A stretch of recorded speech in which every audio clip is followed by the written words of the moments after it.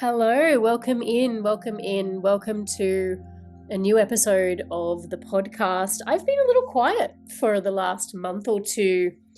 I have been, just a little update, I've been running 2 rounds simultaneously of the PCA, my Psychodynamic Coach Academy training, and things have been super busy in my personal life too. So many of you know that about a year ago now, I moved back to Australia.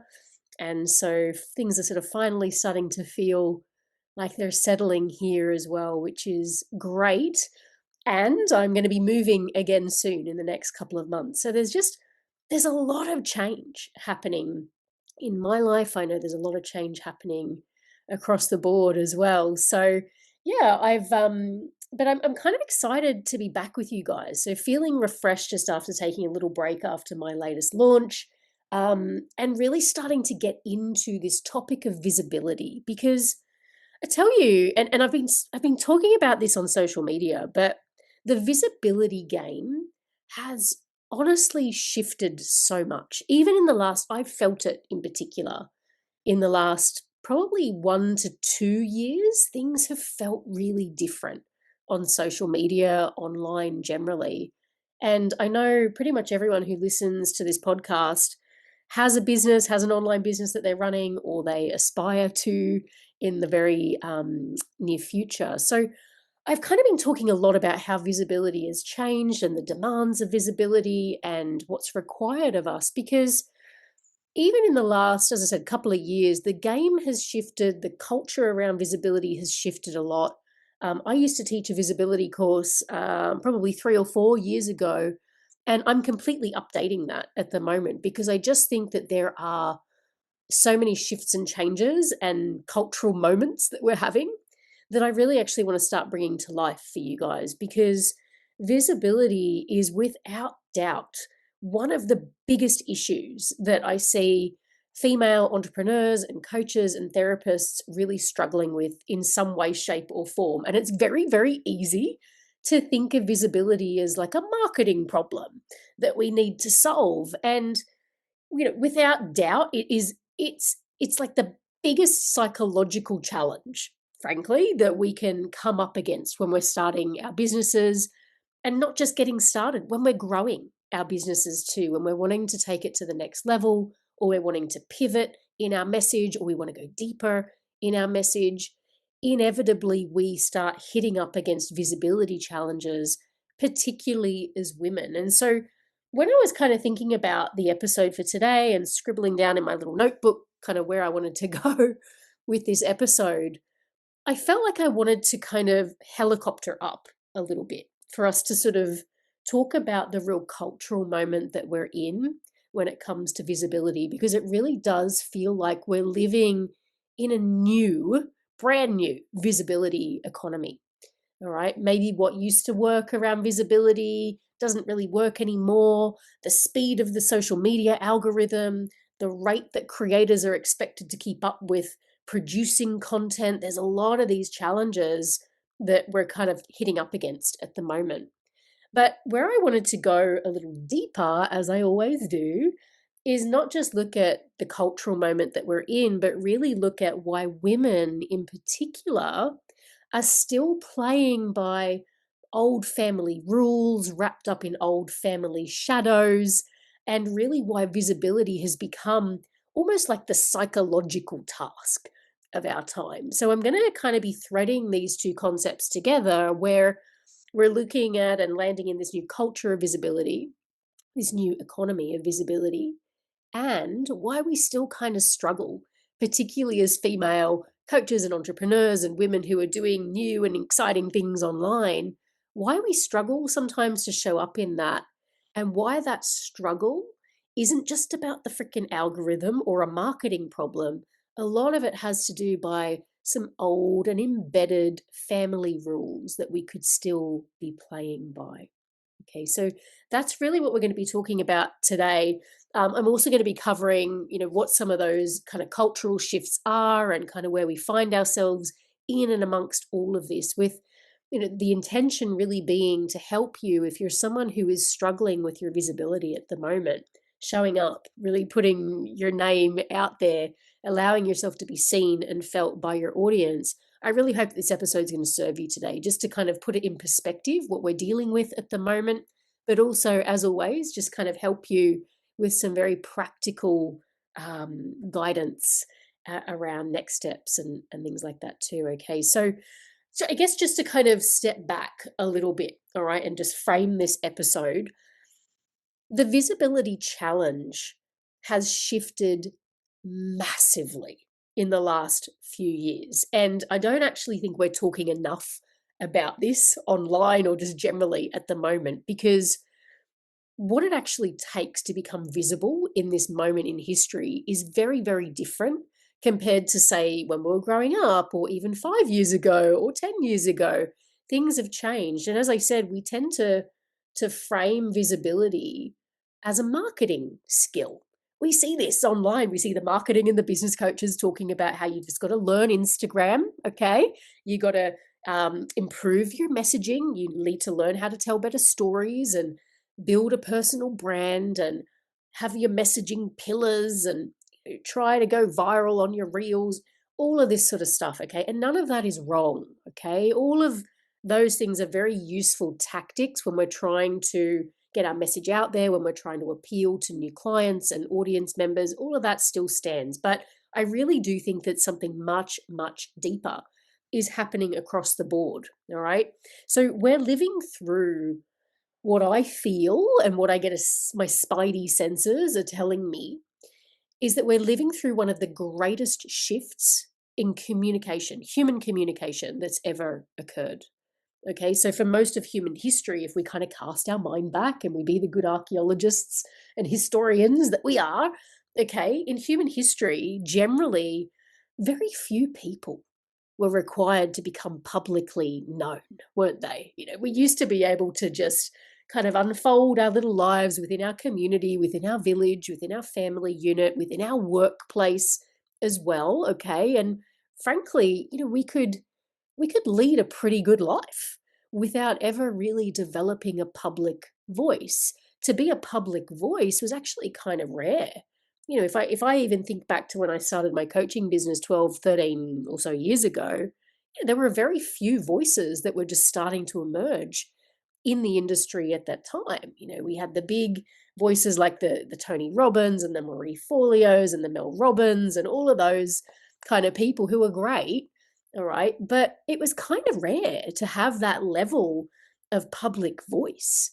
Okay. And obviously the online economy started opening up, and more people started to realize that they could work online, they could have complete career pivots, all of that sort of stuff. Okay. So we've seen some really amazing progress in cultural, you know, the culture at large, you know, let's be frank. But really, as I said, for most of human history, we haven't been required to be public voices. And yet today, in 2026, when we look at this, that has changed completely. All right. So you know, therapists now have podcasts, don't they?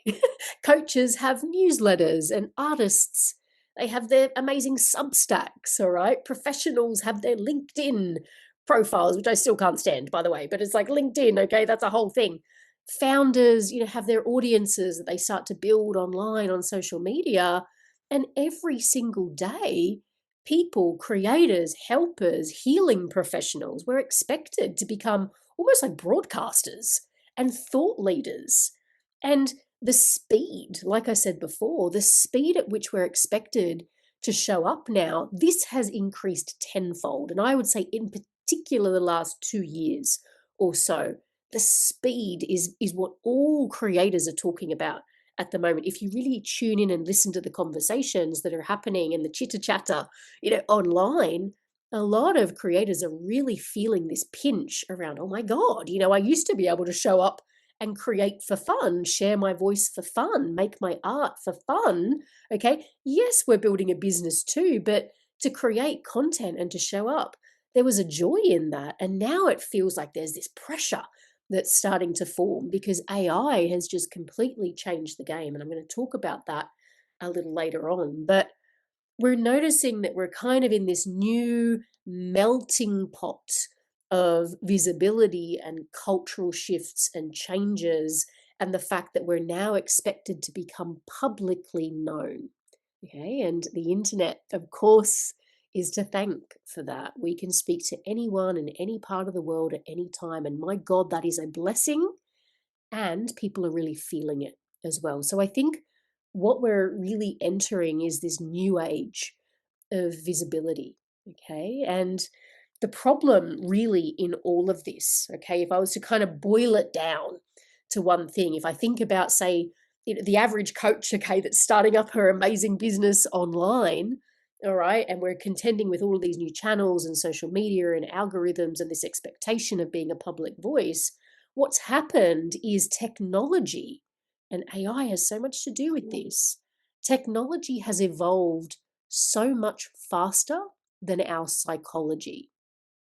Okay, I'm going to say that again. Technology has evolved so much faster than our psychology because many of us are trying to build public lives, become those public voices and those broadcasters with a nervous system and a shadow system that was organized around staying psychologically safe within our families, within our little villages, within our little workplaces. All right. And so this is why I truly think that visibility isn't just something that challenges you in your business. It's not just a visibility challenge where it's like, all right, okay, I got to show up and I've got to post 60 times a day, or I've got to, make all of these reels and do all of this content. It's not really about that anymore. It's really, it's like I said before, it's really become one of the greatest psychological tasks of our time, particularly for those who are here because they know they're here to do great things in the world. They want to make an impact. They want to work and they want to help people. They want to get into their healing work, their trauma. They want to make an incredible impact. All right. But it's a huge psychological task for people. And this is why, even throughout the entire 13 years, although the conversation has shifted, and the challenges have shifted, visibility remains the number one challenge for business owners. Everybody thinks they need more clients or they need more leads, and all of that stuff is true, and all roads tend to lead back to how you're showing up, how you're using your voice, how you're allowing yourself to be seen or not to be seen. Okay? And so we're kind of in this soup of these social media platforms and these public conversations that are kind of within our culture at the moment. All right. But again, often our nervous systems and our shadow systems are still steeped in kind of private family silences. All right. And kind of working and operating and maneuvering in the world in a certain way that maybe isn't quite equipped yet, all right, to kind of really become that public voice, that broadcaster of the message. And so we have this kind of collision, don't we, between what the culture is demanding and how that's moving on and being shaped, and our little private inner worlds that have been shaped by how we were raised, our relationship with our parents and caregivers, our shadows and our masks and personas and things that we carry, our baggage and our nervous systems and all of that. And we're kind of these very sensitive, incredible humans trying to show up in this huge, I don't know, like a big, I sort of want to say cocktail slash soup of all of these changes that are happening culturally as well. So it's almost like your business is where these worlds collide, your private nervous system and shadow system and the cultural demands of the time as well, okay? And so when I think about people who come into my programs and into my world who really struggle with visibility, and I've been there too, by the way, when I was starting my business 12 years ago, I often tell this story about how I was just so scared to turn my website public. I'd created it all in the background, but I didn't want to kind of switch the little tab thing to say publish because I was so scared of what my ex-colleagues and old boss and my family and everyone would think. That it's like, oh my God, Amanda's gone from like having this amazing six-figure corporate career in London, leading these massive teams of people, being this corporate being, to being this kind of coach that set herself up online. What the hell? All right. So this was all going on in my mind as well. And again, I tell that story a lot because I'm not immune to this. All right. got a podcast and I've got, lots of social media followers and things like that and a big email list and whatever. Now, it wasn't always like that, is what I'm trying to say. And so if I think about my clients who may even be a little newer to this game, really struggling with their visibility, when you think about why people struggle, often it's because our business, particularly a business that we freaking care about, we're not just pumping out widgets on the internet. We're doing work that really matters to us, that really is going to help people. Okay. When we're building that kind of a business and we want to show up authentically in that business, often what it demands is that you begin making public perhaps what your family taught you to keep private. Right? Again, that collision, that tension. So if we think about building a business, you're expected to show up with opinions. You're expected to show up with expertise, with ambition. You're expected to show up and be visible. You're even expected to show up and share your joy. All right. This is part of being that public voice. All right. This is part of doing this work. And yet, when you think about your family of origin, typically, obviously, I'm generalizing here based on what I've seen in my own private world, but also with my clients too.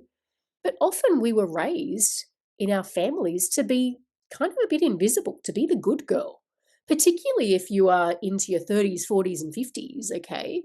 Often we were raised to be the peacekeeper or the secret keeper, the one who would just be kind of the good girl who's seen and not heard. And now we're asked to develop a voice, to have an opinion, to be a leader in our own worlds, to actually be a little controversial sometimes, to share our take on things. And this is why so many women in particular find visibility so psychologically complex. It's not about just having a better Instagram freaking strategy, right? Or getting the right PR expert on your team. It's forcing you to confront. And it can almost feel like a transgression against all of those unwritten rules that almost kind of once preserved your belonging in your family system. To show up, to speak up, to be seen. Okay? And so this is what I see, particularly with women, because typically we're the ones that are taught to be the good girl and, be perfect and kind of be the perfectionist peacekeeper, right? So when we have that kind of conditioning, showing up in our business as a freaking force can feel like a direct opposition to that. That's where the conflict comes in psychologically. Okay? So that just sort of paints the picture here. And there's been a number of, I think I've got like 5 or 6 points here, but there's been a number of cultural shifts that have converged as well. So when we take this psychology that we bring into this kind of soup, plus the cultural shifts that are occurring as well, this is why that's to build a business and to lead and to create and be seen, it's fundamentally changed. All right. It's fundamentally changed what it means to build a business when you look at these cultural shifts combined with that psychology as well. So what I want to do is I want to talk you through these 6 or so cultural shifts. All right. I think these are really worth having in the back of our mind when we think about our own visibility journey. All right. And some of the challenges that we may be up against. Okay. And I'm going to come back to the psychology piece throughout this conversation too. But keep that in mind. Keep it in mind. And even just like pause here and scribble down. What were those roles and what were those demands or expectations of you growing up? How were you conditioned? Were you conditioned to be the peacekeeper? Were you conditioned to be the good girl? Were you just a little bit invisible growing up? Because those roles don't just die a death when we turn 18. Those roles, even despite all of the therapy and all of the healing work that we do, are deeply coded within our shadow system, deeply coded within our nervous system. So we need to understand that. We need to understand how we were conditioned, what roles, almost like the casting roles. What role were you expected to play in your family of origin? Because you better believe that that is carried forward into your business now. Okay. And like I said, I'm going to talk you through also the cultural shifts. So keep that in the back of your mind as we go through this. But the first cultural shift, and I've kind of spoken about this, but I think, again, just to sort of repeat, we are living in an age of unprecedented visibility. And it goes much deeper than just social media. Oh, we got social media now. Obviously, that was a huge game changer around visibility. But kind of like I was saying before, in human history, most of human history, most people could just stay unseen, typically outside of their immediate communities and workplaces and families and things. All right. We could kind of have a great life. Setting up our little practice, maybe if we were a healer in the village, all right, or if we were a doctor or a teacher, or if we worked in a corporate environment, okay, we had our little cultural systems that we existed in, and we could stay kind of unseen. We might get a promotion, and yay, that was great. But today, a single Instagram post, a podcast episode, or even, if you're on LinkedIn, a LinkedIn article has the potential to reach literally thousands, even hundreds of thousands of people. That's huge for our little itty bitty, amazing, but very human nervous system. That is huge for our shadow system that hasn't caught up yet. Okay? And so women who grew up believing, don't make a fuss, be invisible, stay quiet, don't expose the family, don't outshine your brother, okay? Don't tell people what really happened, shh, okay?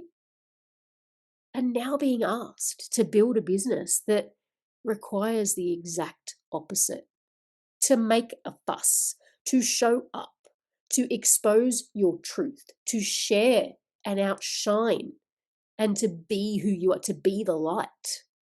Okay? That's an extraordinary, I feel like I need to emphasize this, okay?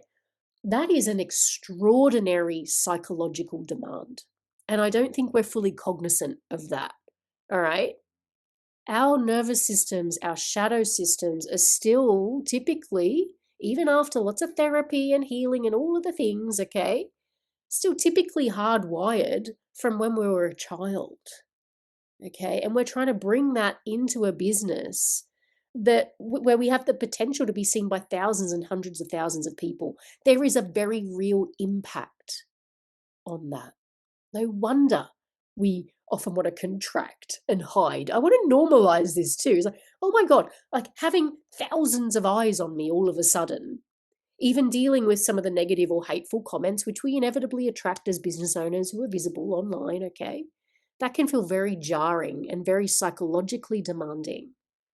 Okay, never before have ordinary folk, even ones who are doing great work in the world, have they been asked to become public figures so fiercely. All right. And yet many of us are trying to do that work with nervous systems that are organized around staying invisible.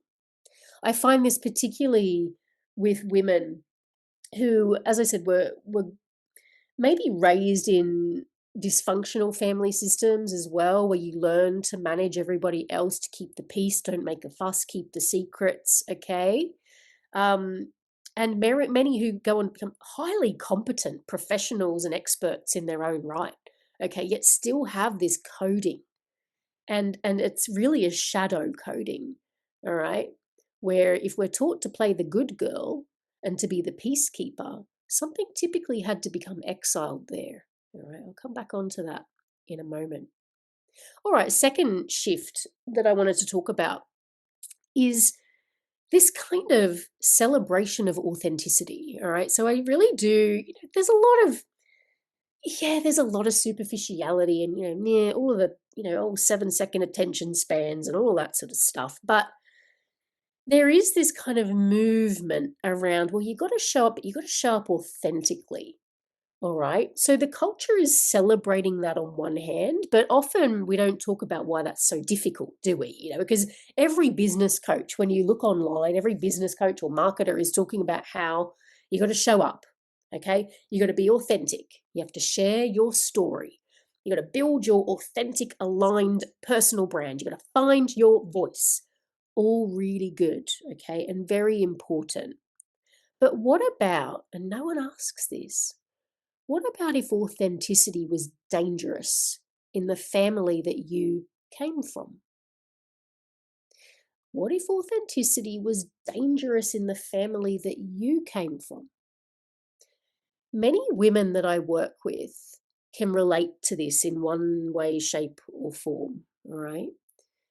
And so, whether that was around potentially having to keep family secrets, okay, be the weight bearer.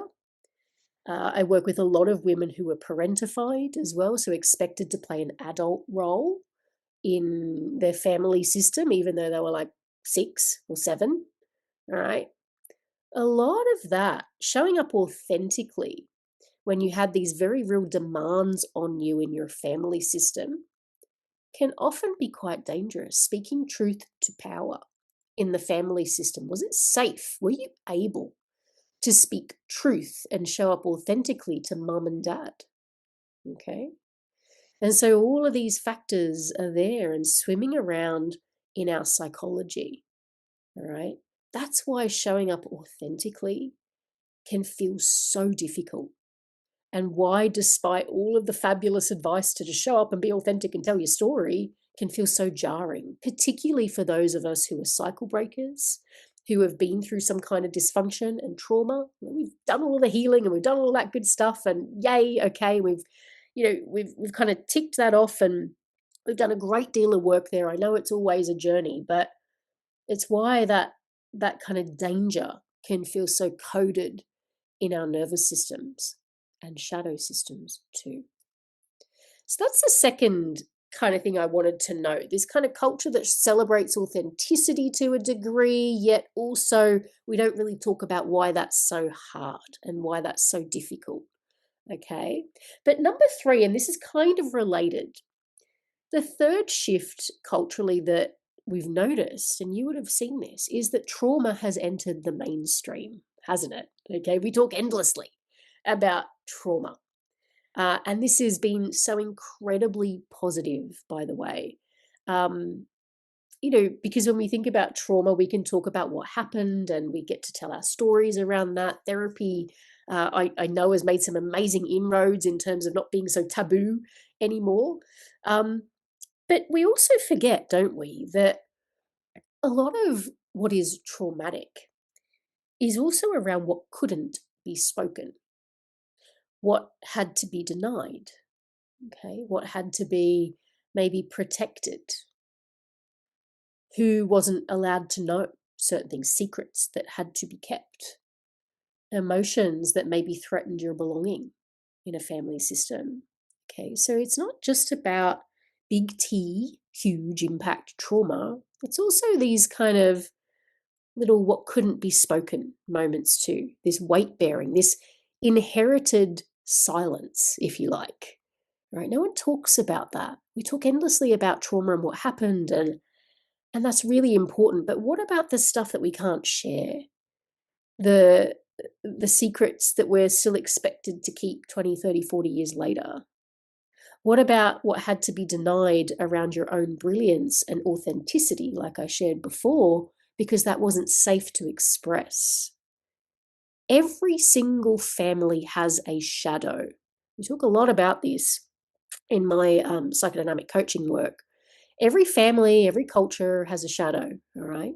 There are things that you're allowed to feel, there are things that you're not allowed to feel. There are things that you're allowed to say, and then there are things that you must never, under any circumstance, say.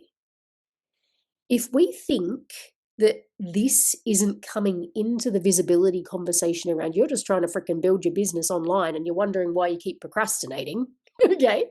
Some of this can be playing out, all right? Business is personal development on steroids. I've said this for like 13 years.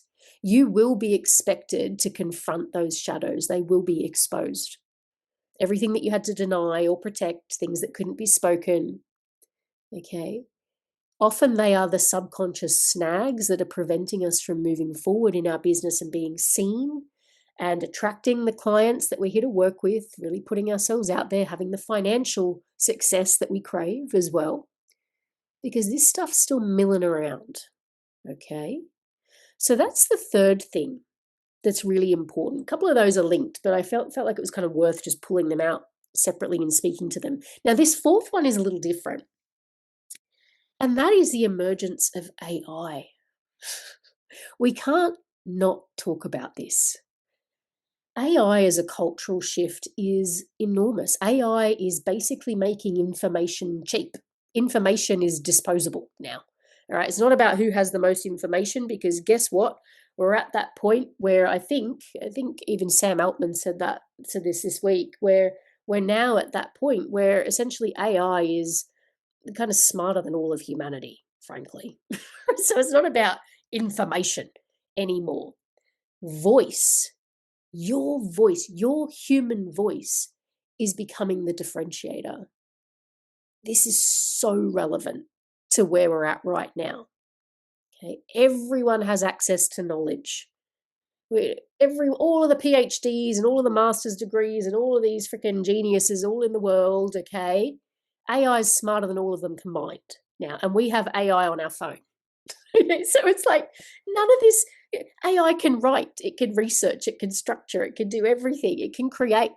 All right. But what AI cannot and will not ever be able to replicate is an integrated human voice that is connected to source.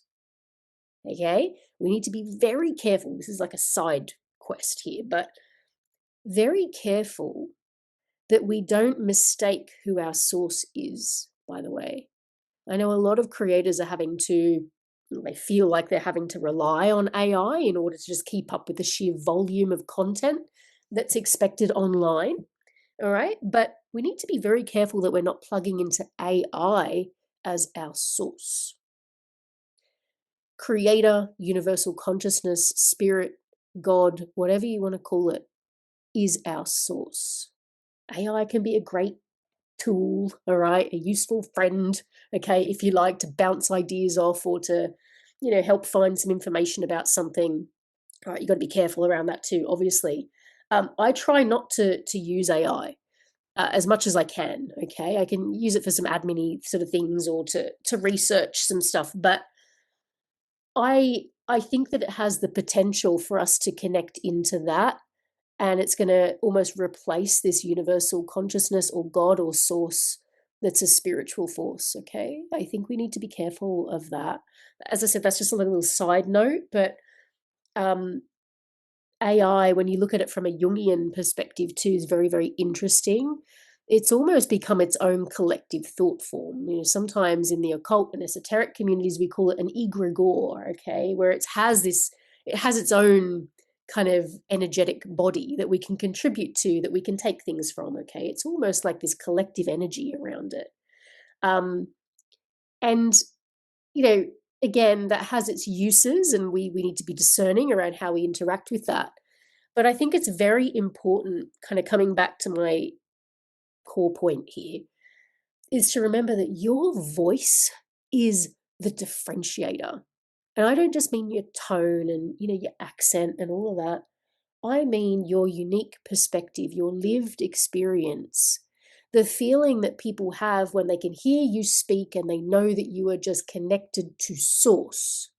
Okay? AI can never, ever replicate that.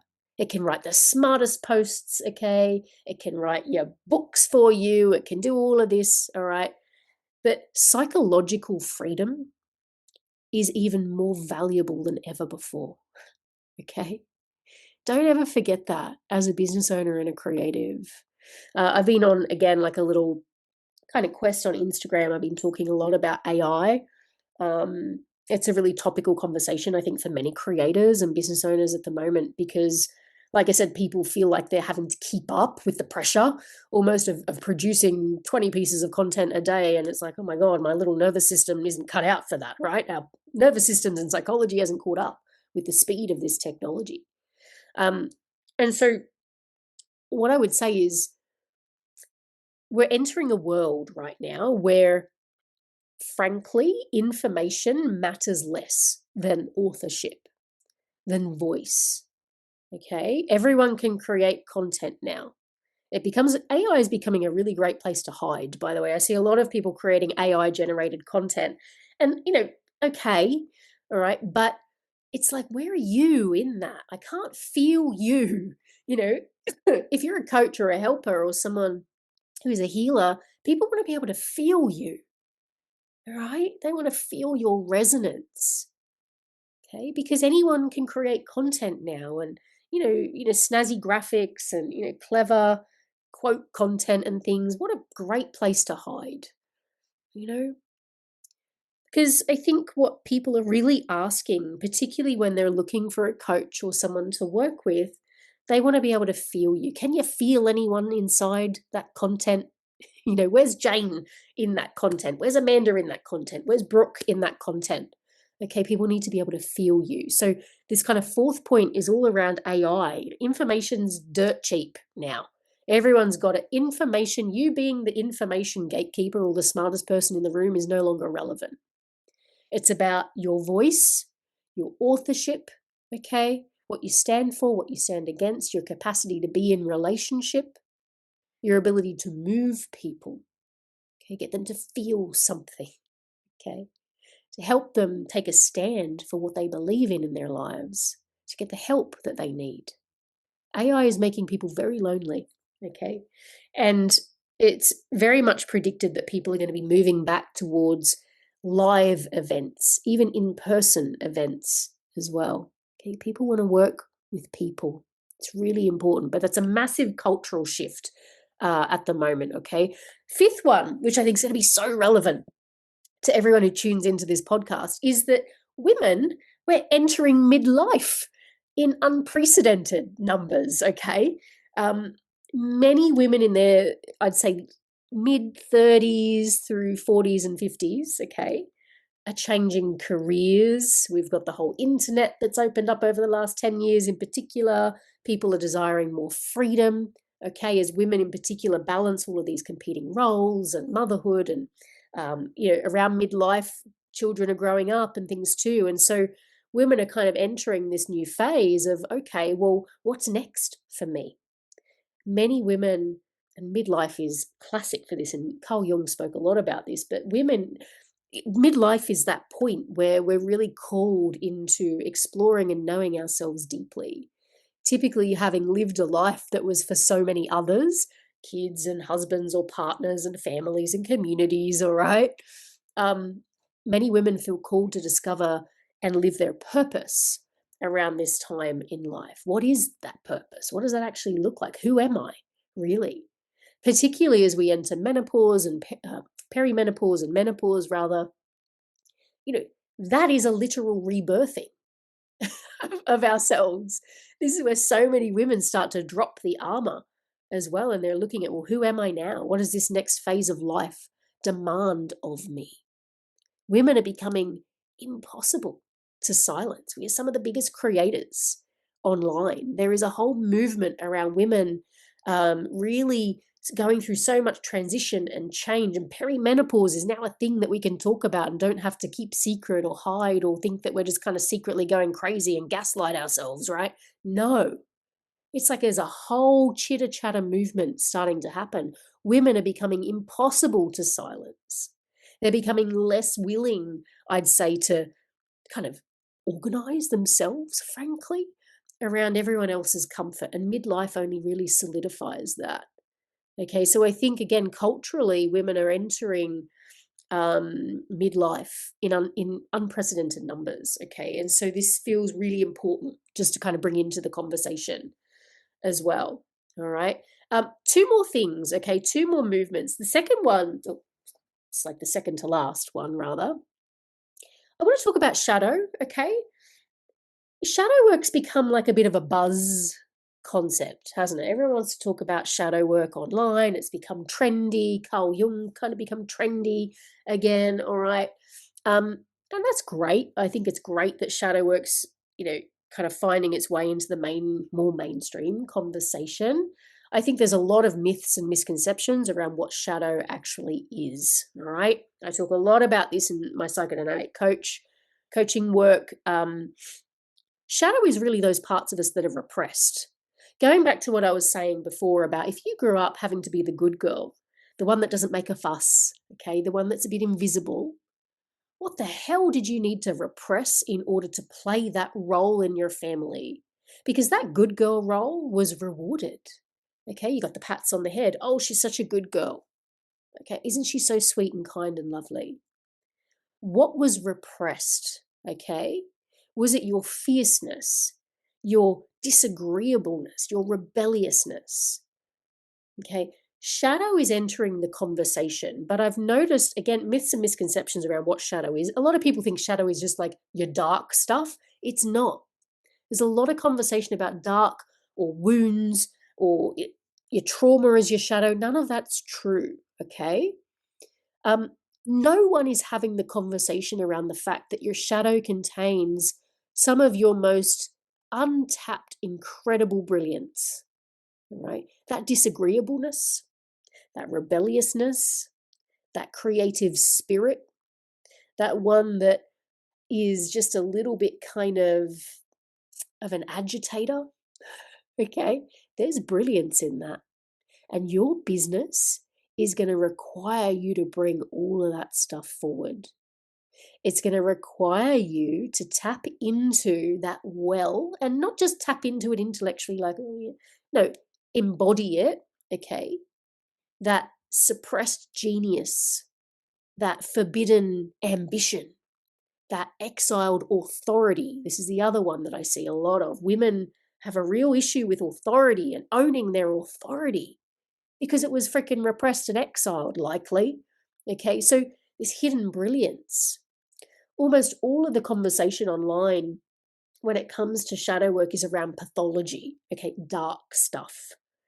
All right. But what I'm really interested in is the fact that your potential is hidden even deeper than your dark stuff.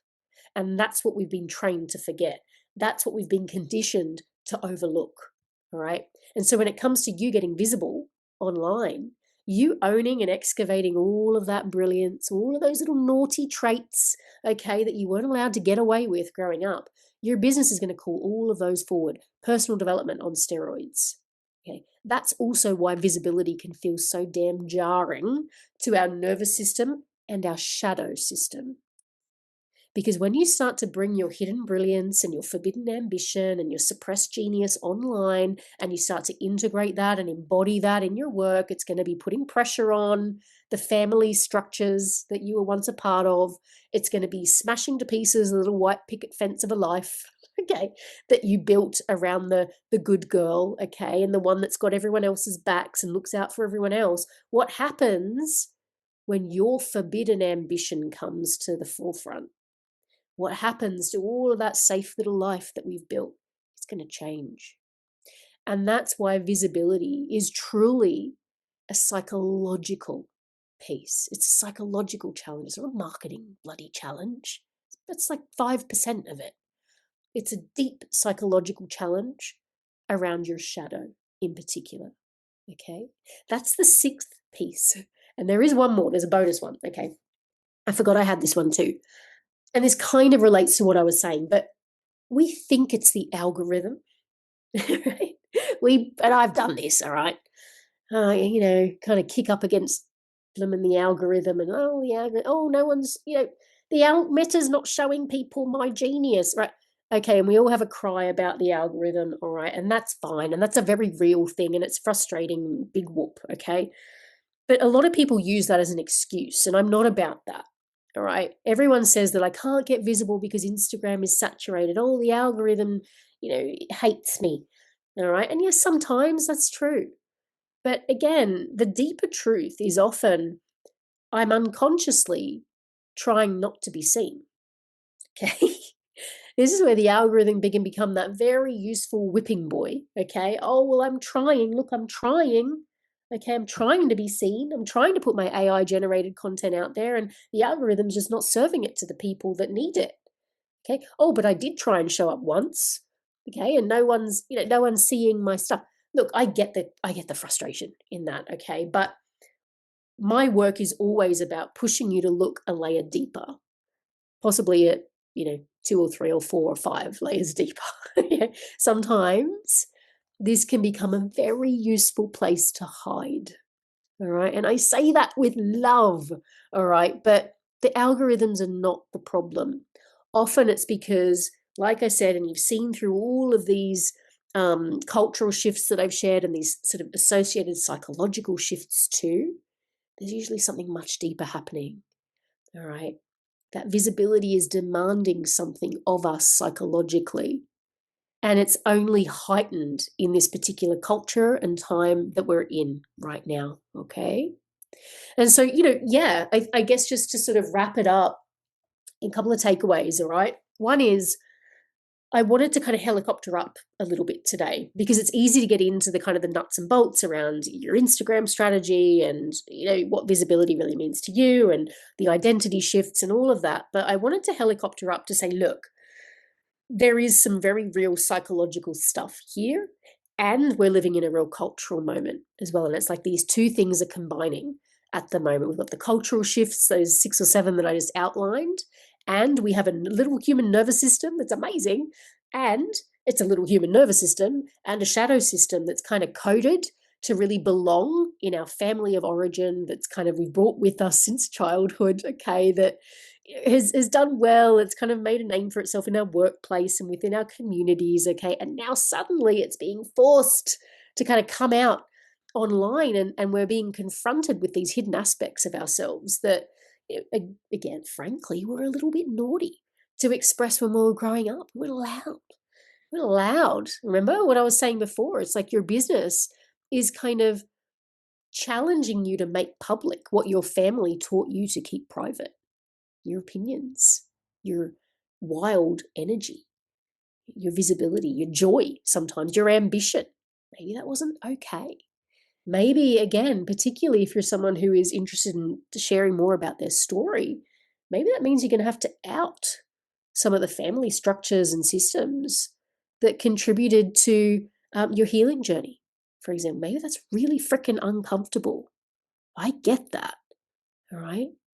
And so the world's asking something that's kind of unprecedented at the moment. The online world, the business world is asking us to have a voice. It's asking us to be a broadcaster, to share our ideas, to build from our perspective, to make our work visible, to stand behind what we know, to claim our authority, to become authors of our message.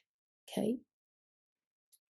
And there's a real tension in that for all of the reasons that I've shared, because the world has changed so much faster. The technology, the world has changed faster than many of us have had the chance to psychologically adapt to. All right. So I think it's so important to remember this collision. All right. And hopefully it just sort of, this episode's just sort of normalized a little bit of this and what you might be feeling with your own visibility struggles. And hopefully it challenges you as well, because there's extra content here for you to have a look at. All right. These family rules, these family shadows and roles, the loyalty binds, the unspoken agreements, the places where truth maybe had a cost. Okay. All of this stuff is still coded within your nervous system. And when you're here to do work that's beyond pumping out widgets on the internet, as I said before, all of that's going to become very activated. If your voice wasn't safe in your family, no wonder you feel it's not safe being publicly broadcasted. And this is all of the work that I love diving into with people as well. All right. This is a marketing challenge, yes, 5%, 10% maybe, but really it's a psychological challenge too. And I would say that's probably at least 80 to 90% of this work, all right?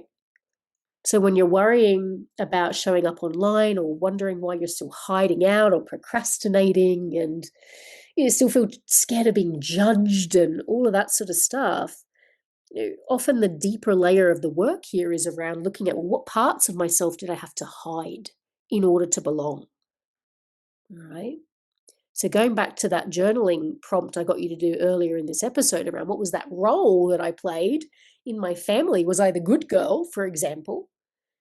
The opposite question to that, maybe this is part 2 of that question, if you're interested in some homework, all right, is, well, what part of myself did I then have to hide? If I was the good girl, if I was the one that was the peacekeeper, right, the one that was kind of like the mini parent and managing everybody else's moods to manage my environment and to keep myself safe, what did I have to repress in order to belong? Yeah. What truths did I learn that were too dangerous to speak? Yeah. What gifts did I bury because they threatened the people or the family or the systems around me? Yeah. This is really important work, all right? And particularly for those who want to become known for their work, to have an impact, whatever the scale of your ambition, okay? I know that you're here to be felt and to be seen and to make a stand for what it is that you truly believe in, okay? Your business means more to you than just a nice side hustle, right? I work with people whose businesses are really an expression of their soul's calling and their purpose, and it can feel so frustrating when you want to show up and make an impact and attract all of the amazing clients and build the communities, yet you're still holding back on your voice because you can't build a business and a community with a voice that was built for compliance. You can't build a legacy with a voice that was kind of trained to be mousy and soft, lacking of authority. And so this is why visibility calls us to really start answering and addressing these deeper questions and integrating the parts of us that were lost.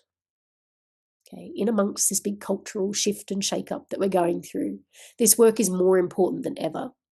Very soon, I'm going to be relaunching a live round of my Shadow of Visibility program. It was once called Electric Woman, but I'm feeling like the name needs to change. Okay. The shadow of visibility, the shadow of voice, it's the inner work of being seen. This is all of the work that we do in that program. It's going to be launching later in August. I'm super excited for it as well. If it is something that is calling you, if you want to go on this journey around visibility, not from looking at strategies and marketing, okay, you know what to do. Okay, you go hire your Instagram coaches and stuff if you want to figure out how to create reels and good hooks and stuff. What I'm interested in is the psychological shift for you to go out and be seen for your genius. What is your genius? Are you actually embodying it? Okay, what comes up when you go to post? What happens when you're not there showing up and sharing your voice and being seen on a video? Okay, what is it that's holding you back? It's really powerful work, particularly for good girls and cycle breakers, people who were conditioned to be the weight bearer in their family system, the ones that feel that they had to suppress and hold back their authenticity, their truth, their voice. Okay. And so this is about the work of becoming whole. Because when you are whole, when you integrate those forbidden parts of you, those exiled parts, when you reconnect with your story, your energy and your vision, what I call kind of your sacred elixir, the work that you're here to bring that only you can bring. It's, when you become whole, when you can hold all of that, visibility starts to feel a lot easier. Suddenly you can implement the strategies then that you've been chipping away at for a year or two or however long. They just start to become easier. Okay, it's working with those parts of you that are waiting to be reclaimed, those voices that were lost. That is the work. And so if this is calling you, here's what I'm recommending that you do. Number one, you reach out to me on email or social media. My email is amanda@psychodynamiccoachinginstitute.com. Okay, or you can just shoot me a DM on social media and let me know that you're interested in hearing more about my Shadow of Visibility course that's coming later in August. Okay, I'm starting to build a wait list for that. It's a hugely popular program. It's one that's powerful as well. People have had some amazing shifts when they've come through that program too. So I'm very excited if you're looking at um, going deeper into the shadow, into visibility, into reclaiming what was lost around your voice, then definitely recommend that you check that program out. Okay. But if this is where I leave you, thank you so much for tuning in.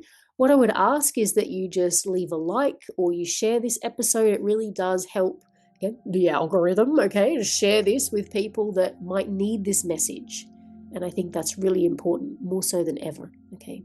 But thanks so much for dropping by, and until next time, take care.